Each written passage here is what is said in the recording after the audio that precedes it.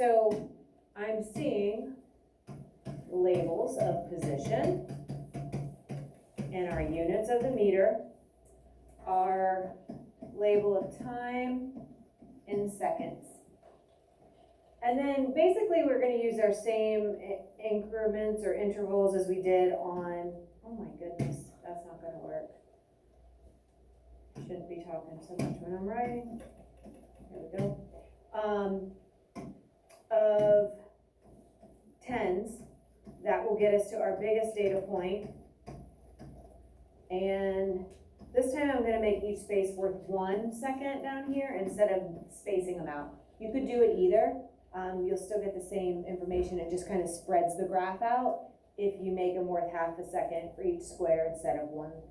All right, this one's a little bit messier because our values are not going to land right on the grid lines like they did the first time, but that's okay. We just go with what's there. So at 1 second, we go 2 meters. So I'm going to be just above my 0. At 2 seconds, it's 8, so I'm going to be just below my 10. At 3 seconds, it's 18, so I'm going to be just below my 20. At 4, we jump up to 32, so above my 30 line. And then 5 is right at 50. Okay, so we're going to go here and connect them, and we do get that curved line showing, which is what we should. This is velocity that is changing. Okay, again, I'm going to prove, you don't have to do this on your paper, but I'm going to prove using the equation for velocity that our velocity is changing, which it should be because this is a curved line. But instead of having to, goodness gracious, instead of having to do all these velocity equations to see if this is curved or if this is changing or constant velocity, you can just look at the curve, which is awesome, right? I can look at this and know it's curved and then realize I don't have to do all these equations. I can see that the line's curved. That's telling me my velocity is in fact changing. And finally, 50 and 5 gives me 10. So you can see that this is a steady increase, right? It's going from 2 to 4 to 6 to 8 to 10 meters per second as we go along, right? So each of these has its own set velocity, and so it's changing. It's changing consistently, but it's changing. Any questions there? Okay, very good. All right.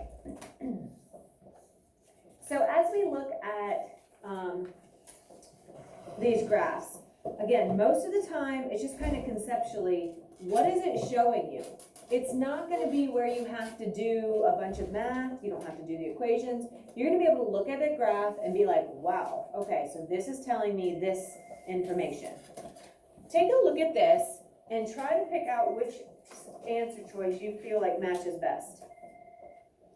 Hello? I'll send her. Thank you. Bye. Ariana? Have a good day. Okay, so one thing that we haven't mentioned that's an important piece.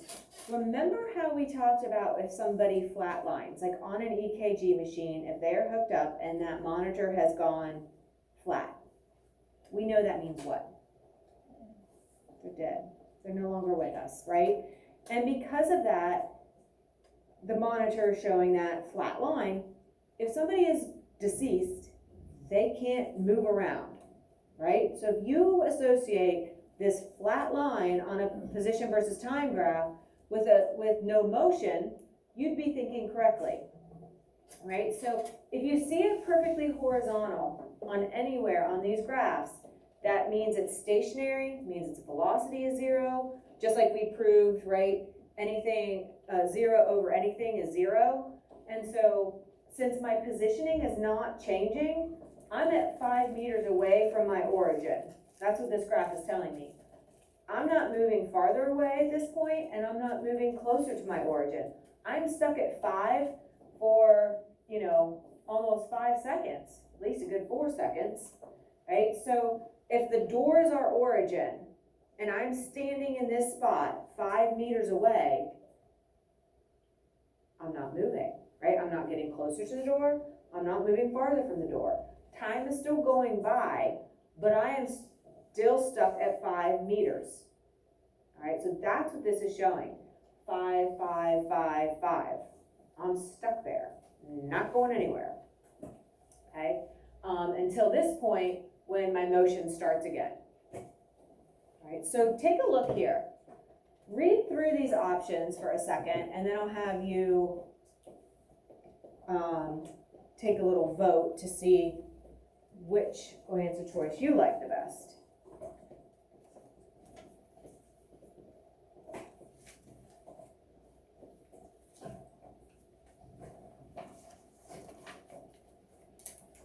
Okay, the ball moves along a flat surface, then it moves forward down a hill and finally stops. Anybody like option A? Nobody, I usually get a few options on that. B, the ball does not move at first, then it moves forward down a hill and finally stops. Okay? The ball is moving at a constant velocity, then it slows down and stops. Okay? The ball doesn't move at first, then it moves backwards and finally stops. Raise your hand if you like that one. Seeing some like, they're kind of close, kind of changing your minds. D is actually the correct answer. Here's why. A is describing if this ball was basically just rolling along these lines. So it moves along a flat surface, then it moves down a hill, and then it finally stops. The graph is not showing the pathway that an object is following. It's describing something's motion, but it is not giving, like, it's not like the path that, it's going on. Okay? This one is pretty good. It doesn't move at first, which matches our constant, right? Problem with this one is it says it moves forward. Forward's a positive direction. Where's the slope of that line? Positive or negative? Some of you are saying, I'm whispering negative, which you are correct. So if this had said it moves backwards, or just says it moves down a hill, putting that word forward in there messes it up. That would be like it going uphill, and it's going in the negative direction. The ball is moving at a constant velocity, then slows down. Sometimes people interpret that flat line as a constant, but we know constant means a straight line, not curved. So you have to pick up the idea that the flat line area and those 2 spots on the graph mean no motion. So it's not moving, then it goes backwards, then it stops.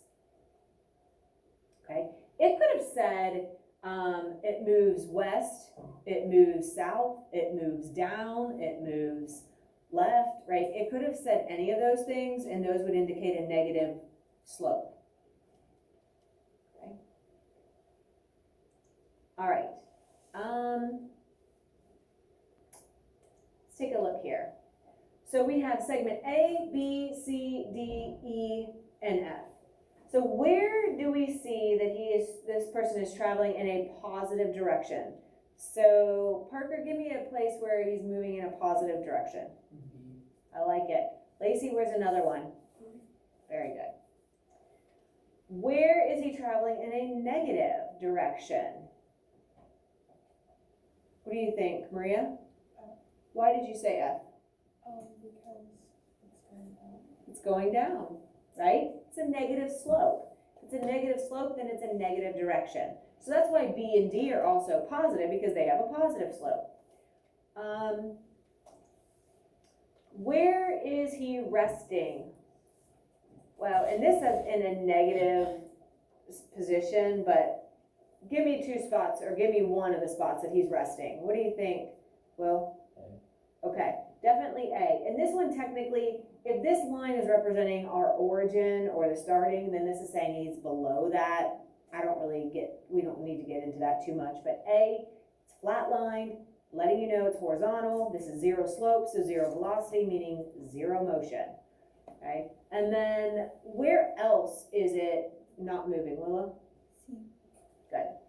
So we see it at C, and that's right at what they're saying is the origin. That's what this line is kind of telling us. And then is there anywhere else? What do you think, Selena? Yeah, E, it's also flat line. So any of those spots where it is flat line, A, C, or E, that is giving us the information that it is stationary, zero slope, meaning zero velocity, meaning zero motion. Okay.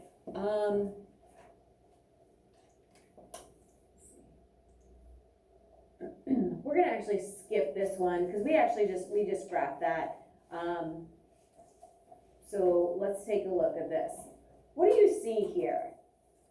How could you describe this object's motion? Anybody want to take a stab at it?